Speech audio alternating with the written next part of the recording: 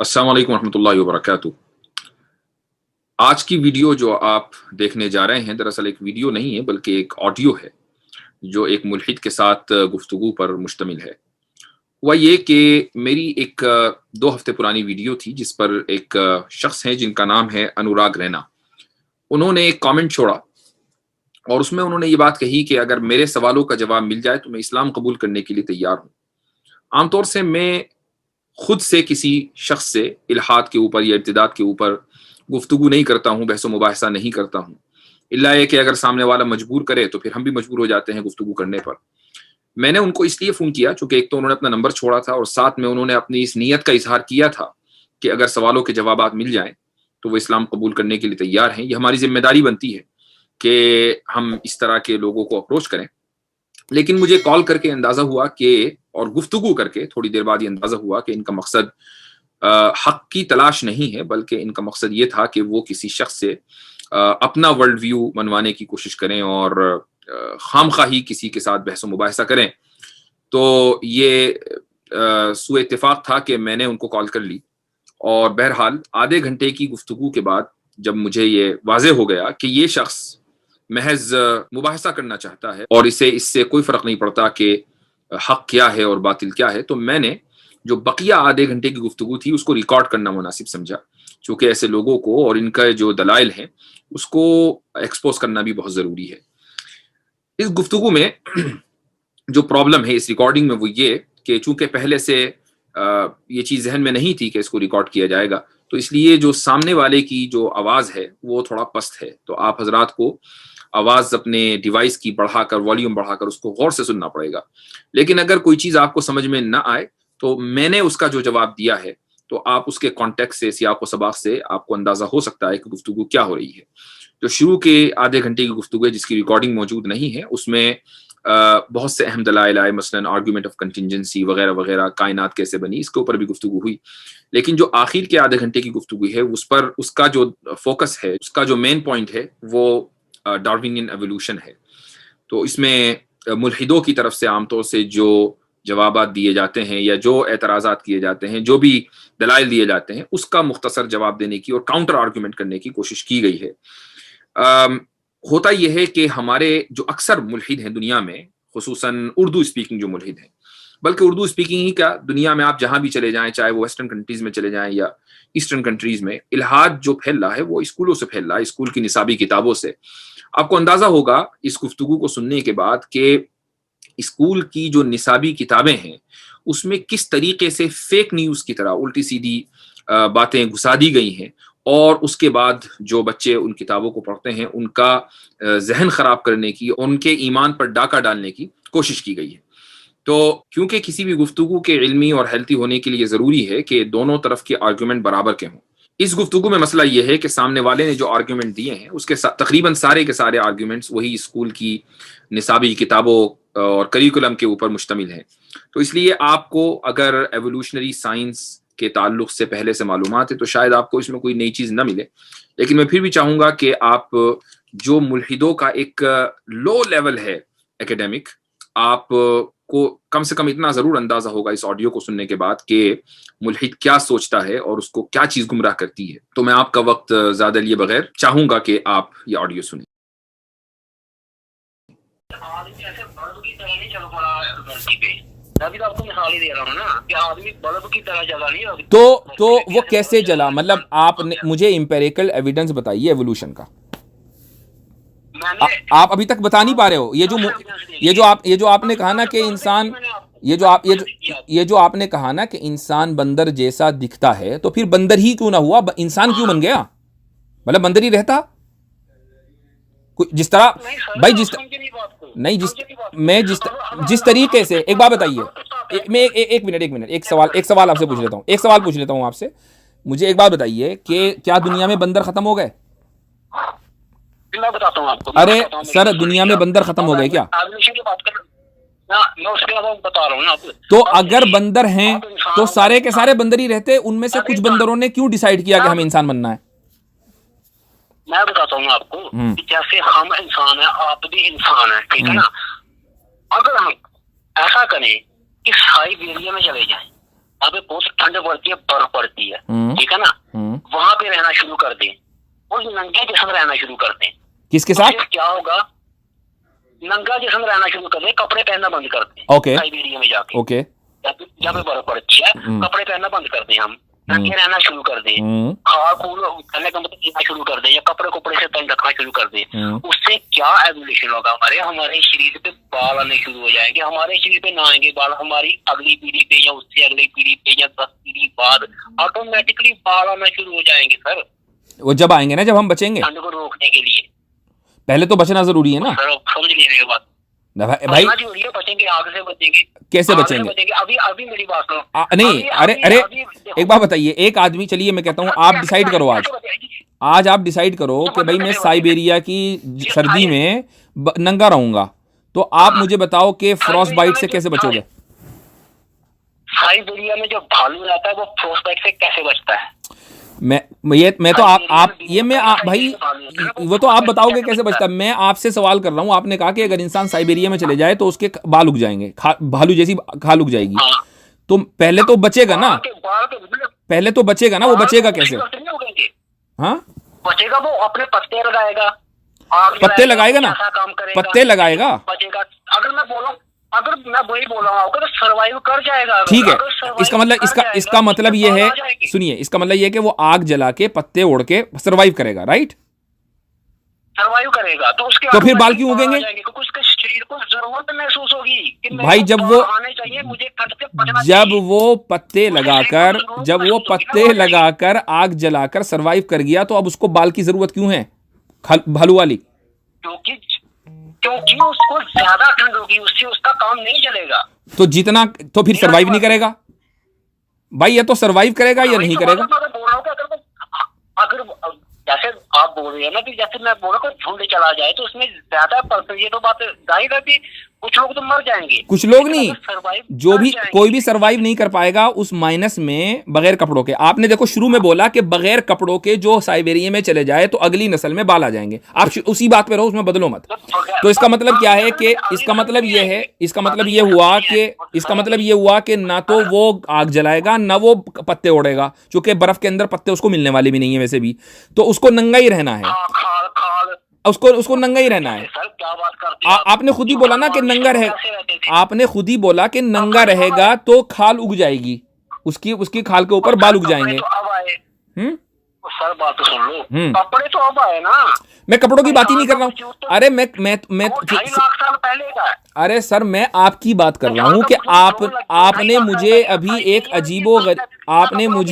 अजीबो गरीब थ्योरी ये दी कि अगर साइबेरिया में नंगे रहो तो अगली नस्ल में बाल उग जाते हैं। तो मुझे बताओ कि सरवाइव कैसे करोगे उस वक्त तक?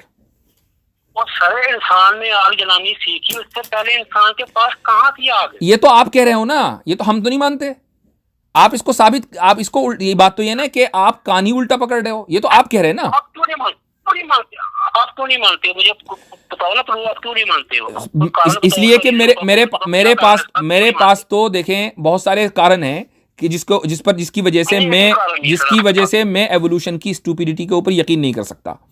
लेकिन मुझे एक कारण मुझे बताइए ना। क्या एक कारण मुझे भी बताइए, क्यों नहीं मानते आप? मैं तो भाई एक बात सुनिए, एक बात सुनिए। आप मुझसे मेरे आग की कोई तो आज से 30,000 साल पहले या 50,000 साल पहले मेरे कहने का वजूद तो 2.5 लाख साल पहले इसका का। इसका कोई सबूत आपके पास नहीं है कि आप 2.5 लाख साल पहले थे।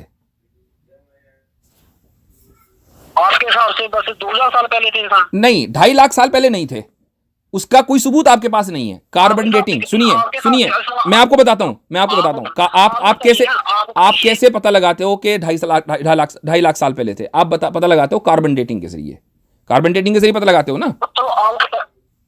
बताओ ना, वो कितने साल पहले थे? भाई मैं वही तो कह रहा हूं, आपका जो स्टैंडर्ड है वो कार्बन डेटिंग है। कार्बन डेटिंग 5,500 साल के बाद नहीं बता सकती, जो बताएगी वो अंदाजा होगा 5,500 साल। आप बताओ ना फिर नहीं, मुझे नहीं पता, नहीं मेरे पास भी नहीं है, इसलिए कि हमें खुदा ने नहीं बताया कि फला तारीख में मैंने तुमको भेजा, ऐसा नहीं बताया, न इसकी जरूरत है। देखो हमें खुदा पर को मानने के लिए इसकी ज़रूरत नहीं है कि खुदा हमें ये बताए कि मैंने तुमको 4000 साल पहले भेजा या 6000 साल पहले भेजा। हिस्ट्री की ज़रूरत नहीं है, सिर्फ इसकी ज़रूरत है कि खुदा है और खुदा हमसे ये चाहता है कि हम उसकी इबादत करें।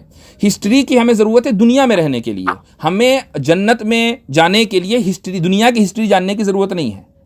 हमें दुनिया में रहने के लिए दुनिया की हिस्ट्री की ज़रूरत है। अब मुझे आप ये बताएं कि आप तो चूंकि एवोल्यूशनिस्ट हैं, अभी तक के आप अपने आप को ये साबित नहीं कर सके कि भैया किस इंपेरिकल डेटा की बुनियाद पर आपने एवोल्यूशन को माना है। खाल वाली बात को आप साबित नहीं कर सके। मैं तो किसी चीज की बात नहीं कर रहा हूं, मैं तो सिर्फ वो बात कर रहा हूं कि आप अपनी बात को इंपेरिकल डेटा की बुनियाद पर साबित नहीं कर पाए। मैं सिर्फ ये बात कर रहा हूं।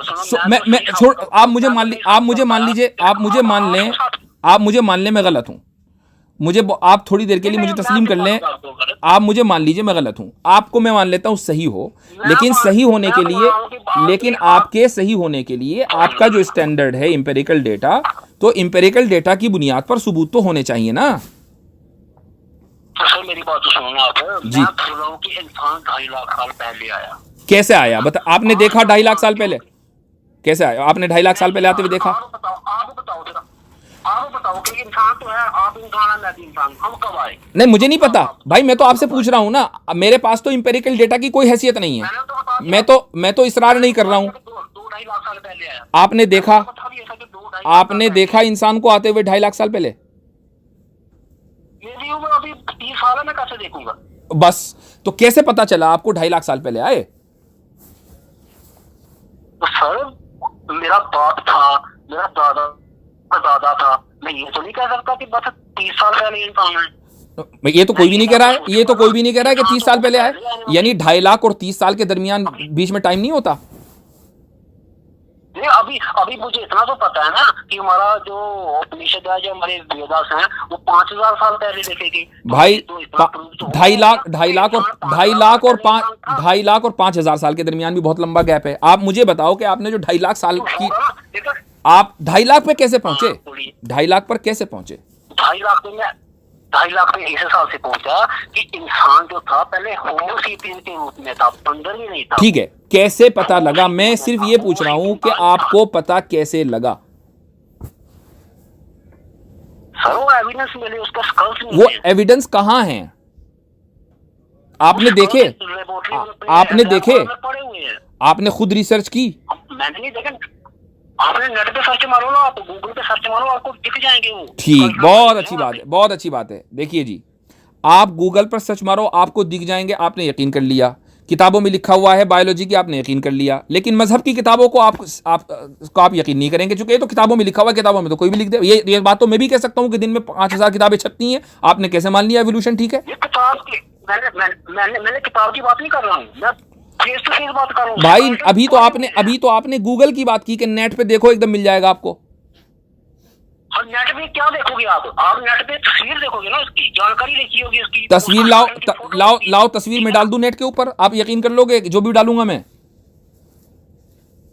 सर लेकिन उसका एविडेंस होगा, कार्बन डेटिंग होगी, कोई ना कोई तरीका होगा पहचानने का, ये कितना आपने खुद कार्बन डेटिंग की है? आपने फॉसिल्स की खुद कार्बन डेटिंग की है? मेरे हिसाब से आप तो ये भी नहीं मानते कि डायनासोर थे धरती पे। नहीं मानता हूँ भाई, मुझे कोई प्रॉब्लम नहीं है, मानता हूँ मैं। वो क्यों मानते हैं आप? वो क्यों मानते हैं आप? इसलिए कि वो इसलिए मानता हूँ क्योंकि उससे मजहब का कोई ताल्लुक नहीं है। होंगे भाई, अगर देखिए भाई, वो तो आपका स्टैंडर्ड है ना मेरे भाई। इंपेरिकल डेटा का तो मेरे लिए कोई मसला ही नहीं है। मैं तो बगैर देखे चीजों को मानता हूँ। वो आपका स्टैंडर्ड है, आपके स्टैंडर्ड पर बात हो रही है, मेरे स्टैंडर्ड पर बात नहीं हो रही है। मेरा जो स्टैंडर्ड है वो ये है कि दुनिया में बहुत सी चीजें इंपेरिकल डेटा से साबित होती हैं, देखने सुनने से। बहुत सी चीजें बगैर देखे बगैर सुने किसी के बताने से साबित होती हैं, और आप भी खुद इसी पर अमल करते हो। मैं इतनी देर से ये कह रहा हूं कि आपको कैसे पता चला। आपको मैं इस पॉइंट पे लाने की कोशिश कर रहा था कि आप एवोल्यूशन के ऊपर बगैर देखे किसी साइंसदा की बात के सुनने के बाद आप इस बात को मानते हो कि हाँ भाई एवोल्यूशन हुआ है। आपने बायोलॉजिस्ट की बात मानी, आपने एवोल्यूशनिस्ट की बात मानी, तो आपको पता चला कि एवोल्यूशन हुआ है। इसका मतलब ये हुआ कि आपके नज़दीक भी जानने और मानने का तरीका सिर्फ देखना और सुनना नहीं है, बल्कि किसी की बात को मान लेना किसी क्रेडिबल आदमी की, किसी एक्सपर्ट की बात को मान लेना भी आपके नजदीक जरिया है नॉलेज का, है ना? कुरान को छोड़ दीजिए, अभी कुरान पे बात ही नहीं हो रही है। मैं आपसे सिर्फ ये पूछ रहा हूं कि आपने एक्सपर्ट की बात को सुनकर इस बात को तस्लीम कर लिया, नॉलेज आपको मिल गई। इसका मतलब ये कि नॉलेज के कई सारे जरिए हैं। एक जरिया है देखना सुनना, एक जरिया है एक्सपर्ट की बात को मानना, है ना? नहीं, अलग अलग सोर्स है ना, तो उनमें से एक सोर्स एक्सपर्ट की बात है ना, ये नहीं है? लेकिन अगर अकेले एक्सपर्ट की बात होगी, अगर मुझे आइंस्टाइन आके बोल देता या डार्विन आके बोल देता मुझे, तो मैं नहीं मानता। उसने मुझे सबूत दिखा दिए ना, ये देखो स्केलेटन है, ये देखो डायनासोर के स्केलेटन है, ये देखो अपने होमो सेपियन के स्केलेटन है, ये देखो ऐसे थे आदमी पहले, इतनी बड़ी बड़ी खोपड़ियां थी इनकी, इतने लंबे लंबे हाथ थे इनके, ठीक है ना? फिर तो सही मानना पड़ेगा ना। वो स्केलेटन, मैं वही तो मैं कह रहा हूं कि वो स्केलेटन ना तो आपने देखे, ना आपने कार्बन डेटिंग की कोई रिसर्च पढ़ी। आपने देखा कि भैया तो देख सकता हूं, वो अमेरिका में पढ़े हुए हैं सर, मैं जाकर देख सकता हूं। देखे तो नहीं ना अभी तक? सर क्या बात करते हैं आप? मैं जाकर देख तो सकता हूँ ना, मुझे पता ना। आप जाकर देख सकते हो, लेकिन देखे बगैर आपने इस बात को मान लिया कि आइंस्टाइन ने फला ने ये बात बताई है, इसका मतलब ये बात सच होगी, चूंकि ये लोग एक्सपर्ट्स हैं। नहीं सर, मैं डार्विन की बात क्यों मानूंगा? मैं डार्विन की बात नहीं मानूंगा भाई। देखूंगा जाके, आपने डार्विन, स्केलेटन है तो इसके ऊपर कभी बात नहीं होगा। लेकिन ना तो आपने आज तक कोई स्केलेटन देखा, ना आपने कोई रिसर्च पढ़ी, लेकिन आपने एक चीज चूंकि मशहूर हो गई, आपने उसको मान लिया कि बात सही होगी। पड़े हुए हैं ना सर, डायनासोर के स्केलेटन पड़े हुए हैं मेरे भाई, पड़े हुए हैं, आपने नहीं देखे, क्योंकि आपके नजदीक जानने का मेयार सिर्फ ये है कि आप देखो। तो जब तक, तो फिर आप ये ना कहो, तो फिर आप ये मत कहो कि मैं तो जब मानूंगा जब देखूं। आप ये मत कहो फिर, या आप अपने इस उसूल को खत्म करें पहले। एक बात बताइए मुझे, आप मुझे देख रहे हैं? फिर वही बात हो गई भाई, देखना और सुनना, देखना सुनना चखना टच करना, पांच सेंसेस है ना।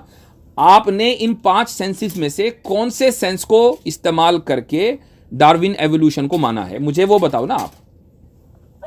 आपके हिसाब से 5 सेंसेस हो गए ना, आपके हिसाब से हो गए ना। अब मैं कैसे मानूं कि 5 ही सेंसेस हो गए? अगर मुझे पता है, जानकारी है कि अमेरिका में स्केलेटन पड़े हुए हैं, ठीक है ना, तो मैं मानूंगा। वो जानकारी कैसे है आपको? वो जानकारी कैसे है आपको?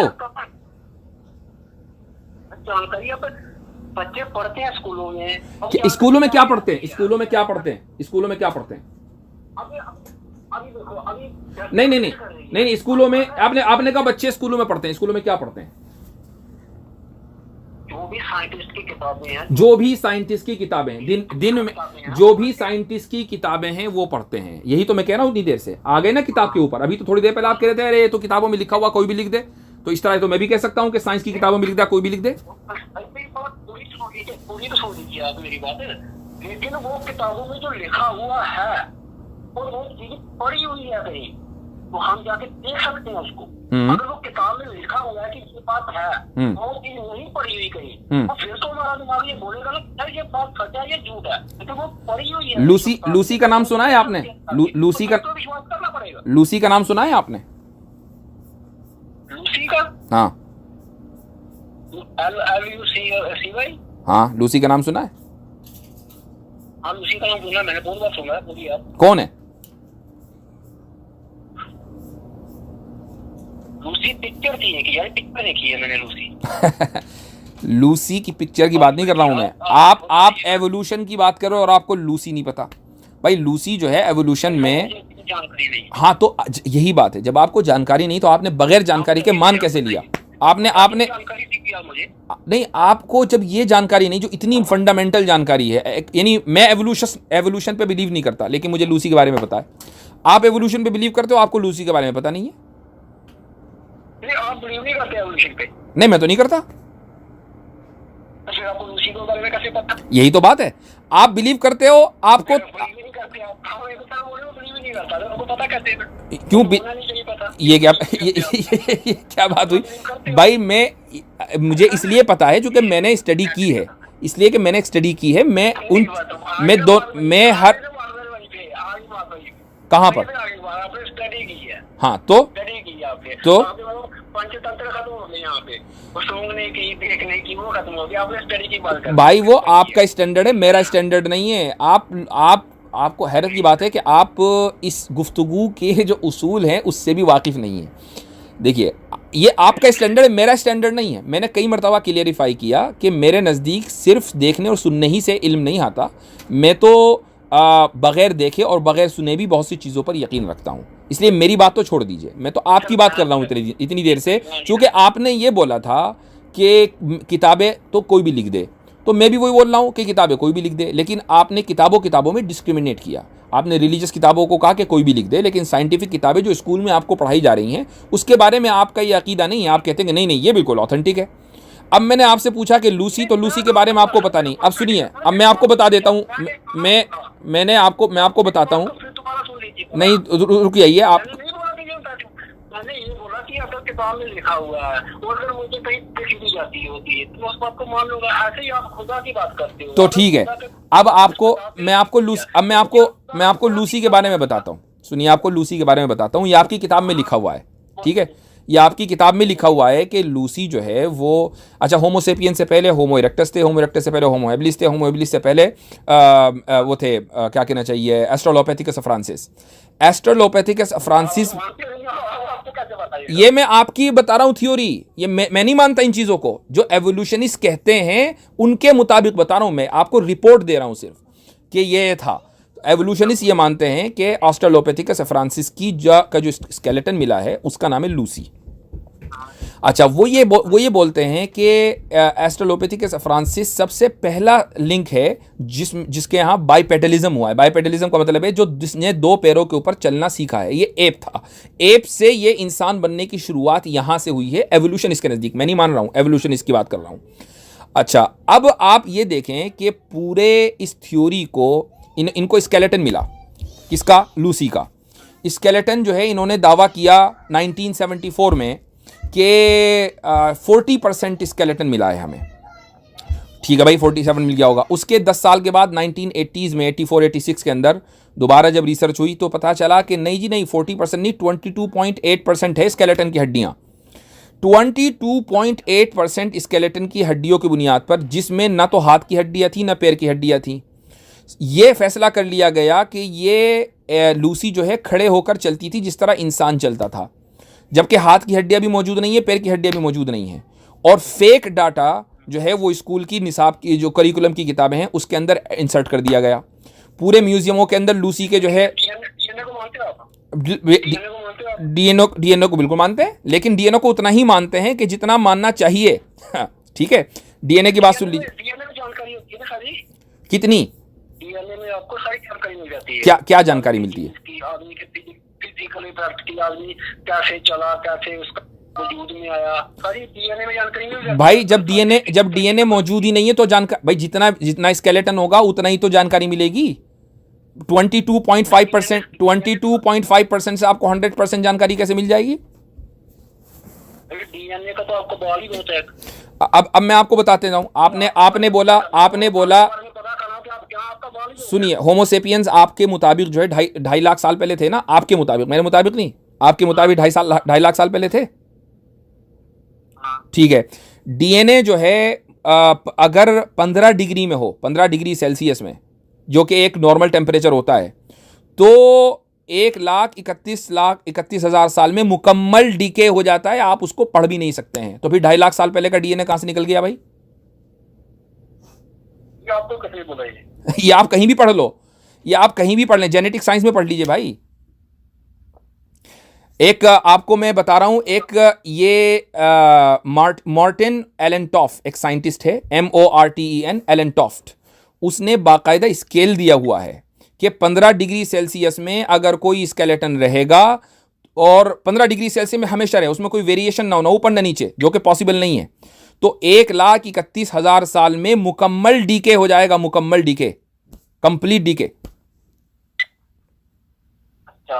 एक बात तो आप मान के ना कि जो स्केलेटन मिले होंगे, हाँ, उसका तो डीएनए हुआ होगा, डीएनए से प्रूव हुआ होगा, हम्म। तो वो 1,31,000 साल पहले के होंगे। तो इसका मतलब 2.5 लाख साल वाली बात खत्म हो गई।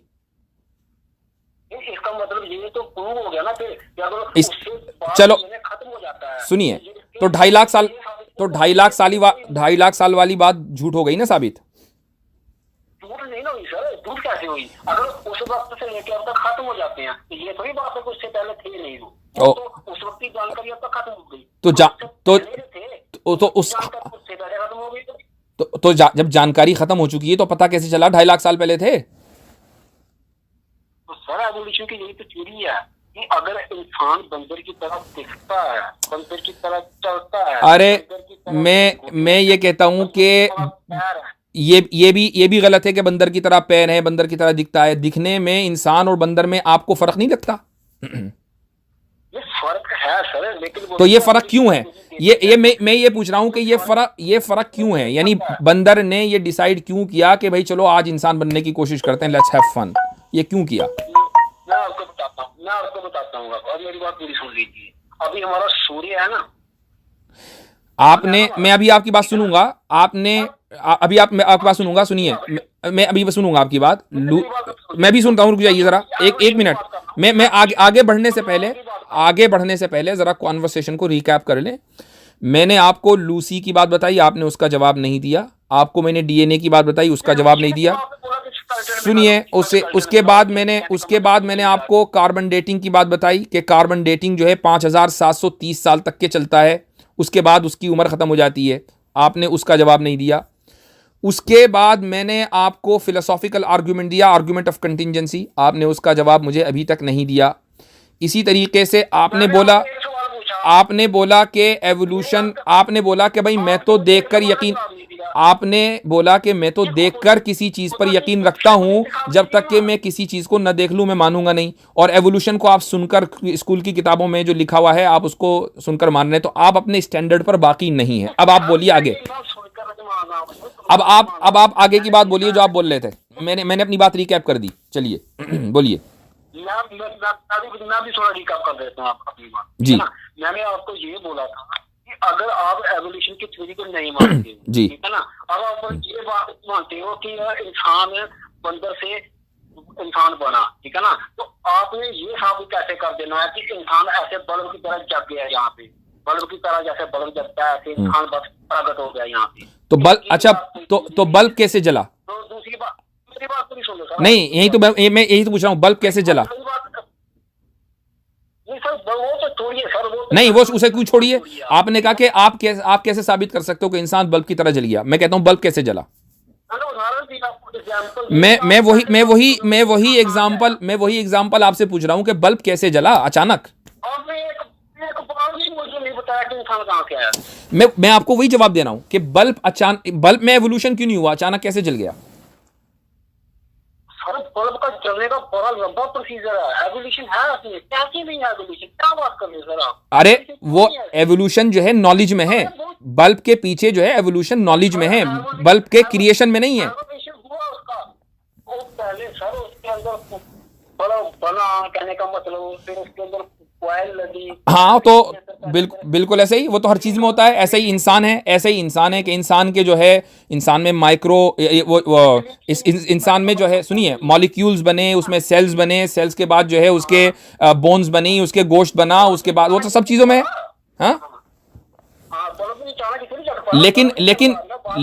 लेकिन ऐसा तो नहीं हुआ ना कि बल्ब पहले पंखा था, फिर आहिस्ता आहिस्ता चलते पंखा बल्ब बन गया, ऐसा तो नहीं हुआ ना। अच्छा, पहले पंखा था बल्ब? अच्छा, पहले पंखा था, फिर क्या था? अच्छा, बल्ब नहीं था, बल्ब पहले जमीन में धसा हुआ लोहा था, लोहे का टुकड़ा था, कांच था, जमीन में धसा हुआ था, ठीक है ना, उसको निकाला गया। किसने निकाला? मैं वही उसी पर आ रहा हूँ, उसको किसने निकाला? टेस्ला ने उसके ऊपर शोध किए, ठीक है ना, सिर्फ एक बार में नहीं जला वो बहुत बार एक्सपायर हुआ, बहुत बार वो डंप हुआ, बहुत बार वो ब्लास्ट हुआ, ठीक है, बहुत देर बाद कहीं जला। Okay, I agree. Natural selection की बुनियाद पर बल्ब ने ये डिसाइड किया कि मुझे बल्ब बनना चाहिए, या किसी ने उसको बनाया? बनाया। ऐसे ही इंसान को भी बनाया, और इंसान भी अचानक वो नहीं हो गया, बल्कि सुनिए एक मिनट में अपनी बात मुकम्मल कर लूं। जिस तरीके से बल्ब का मटेरियल था कि उसमें लोहा है, उसमें कांच है, उसमें फला फला चीजें हैं, ऐसे ही इंसान के अंदर भी मटेरियल है कि उसमें मॉलिक्यूल्स हैं, उसमें सेल्स हैं, उसके अंदर जो है पट्टे हैं, उसके गोश्त है, उसकी हड्डियां हैं, वो सब बनी है तो इंसान बना है। जी आपने अब बोल दिया ना कि उसको बनाया, ठीक है ना, उसको जिसने भी बनाया, ठीक है ना, तो उसको कैसे बनाया? उसका जवाब तो मैं आपको पहले दे चुका हूं कि ये सवाल इसलिए दुरुस्त नहीं है कि अगर उसको भी किसी ने बनाया होता तो फिर हम कभी भी मौजूद नहीं हो सकते थे। ऑलरेडी मैं फिलोसॉफिकल जवाब आपको दे चुका हूं, और ये मेरा जवाब नहीं है। ये जवाब जितने आपकी, अगर आपने फिलॉसफी पढ़ी होगी तो बहुत आसानी के साथ आप इसको समझते हैं। मसला ये है कि आपने अभी ना तो बायोलॉजी पढ़ी, ना आपने जेनेटिक साइंस पढ़ी, ना आपने फिलॉसफी पढ़ी, और आप इन मौजूआत के ऊपर गुफ्तगू कर रहे हैं उस आदमी से जितने ये सारी चीजें पढ़ी हैं। बेसिक नॉलेज है ना ये बेसिक नॉलेज नहीं है भाई, ये बेसिक नॉलेज नहीं है। आप मुझसे गुफ्तगू कर रहे हैं जबकि मैंने बायोलॉजी भी पढ़ी है, मैंने फिलॉसफी भी पढ़ी है, मैंने जेनेटिक साइंस भी पढ़ी है, और मैं इन सब चीज़ों को पढ़ने के बाद इस कंक्लूजन पे पहुंचा हूं कि इससे बड़ा स्कैम गुज़िश्ता 150 सालों में नहीं हुआ जो डार्विन ने किया है हम लोगों के साथ, और सारी दुनिया को बेवकूफ़ उसने बना दिया है। अब आप मुझे बताओ, आप मुझे एक चीज़ बताइए, मैं बिल्कुल पोलाइटली आपसे पूछता हूं कि मैं पोलाइटली आपसे पूछता हूं कि आपको बंदर और इंसान के चेहरों में सिमिलैरिटी या उनके जिस्मों में सिमिलैरिटी की बुनियाद पर आपको यकीन हुआ कि भाई इंसान का भी एवोल्यूशन हुआ, ये बंदरी से आया होगा, ये आपने सिमिलैरिटी देखी। लेकिन जब आप इस दुनिया में देखते हैं कि एक बल्ब खुद से नहीं बन सकता, उसको कोई ना कोई बनाने वाला है, तो क्या यही सिमिलैरिटी आपको इंसान में नजर नहीं आती कि इंसान भी खुद से नहीं बन सकता और जानवर भी खुद से नहीं बन सकता, उसको कोई ना कोई बनाने वाला है? ये सिमिलैरिटी तो यहां पर भी है। बनाने वाला है ना सर, बनाने वाला है ना, मॉलिक्यूल है ना, छोटे छोटे बनाने वाले। अच्छा, तो मॉलिक्यूल जो है वो बनाने वाले हैं, तो इसका मतलब तो ये हुआ कि जो कांच है वो बनाने वाला है बल्ब को, तो कांच को कहिए कि कांच ने बनाया बल्ब। आप इंसान को क्यों कहते हैं? कांच कैसे बना, सोना कैसे बना, चांदी? तो फिर मॉलिक्यूल जो है वो उसको किसने बनाया? और मॉलिक्यूल के अंदर आप कहते हैं कि कॉन्शियसनेस है, तो यानी जिस तरीके से कांच ने बल्ब को नहीं बनाया, तो मॉलिक्यूल ने इंसान को कैसे बना दिया? मॉलिक्यूल्स तो हमारे जिस्म का मटेरियल है, हमारा मटेरियल हमारे जिस्म में शामिल है, लेकिन उसने बनाया नहीं है, उससे बने हैं हम। तो स्टार के अंदर बने ना पहले कि बात तो यही है ना, वो तो मैं भी मानता हूं कि अरे भाई मैं ये कह रहा हूं कि जो मटेरियल है वो मटेरियल बनाने वाला नहीं होता, मटेरियल तो खुद बना हुआ है। मॉलिक्यूल्स तो हमारे जिस्म का मटेरियल है, मॉलिक्यूल कैसे बनाएंगे इंसान को? आपने उल्टी बात कैसे कर दी भाई? ये तो फिर कहिए कि कांच ने जो है बल्ब को बनाया है। फिर आप बताइए कैसे आया, अगर आप ये बात नहीं मानते? मैं तो कह रहा हूं कि आपके पास, आपको मैं बोल रहा हूं कि जिस तरीके से एक इंसान को खुदा ने यह सलाहियत दी है कि वो बल्ब बना दे और बल्ब बन जाता है, ऐसे ही खुदा के पास ये कुदरत है, और उस कुदरत को इस्तेमाल करके उसने इस पूरी कायनात को बनाया, और इस कायनात में इंसान को बनाया, जानवरों को बनाया। तो ये खुदा के बनाए हुए हैं, और साइंस इस चीज का उसका जवाब यह है कि खुदा को भी अगर किसी ने बनाया होता तो फिर हम कभी भी वजूद में नहीं आ सकते थे। ये चीज साइंस की नहीं है, फिलॉसफी की है। न माने वो आपकी मर्जी है, वो आपकी मर्जी है।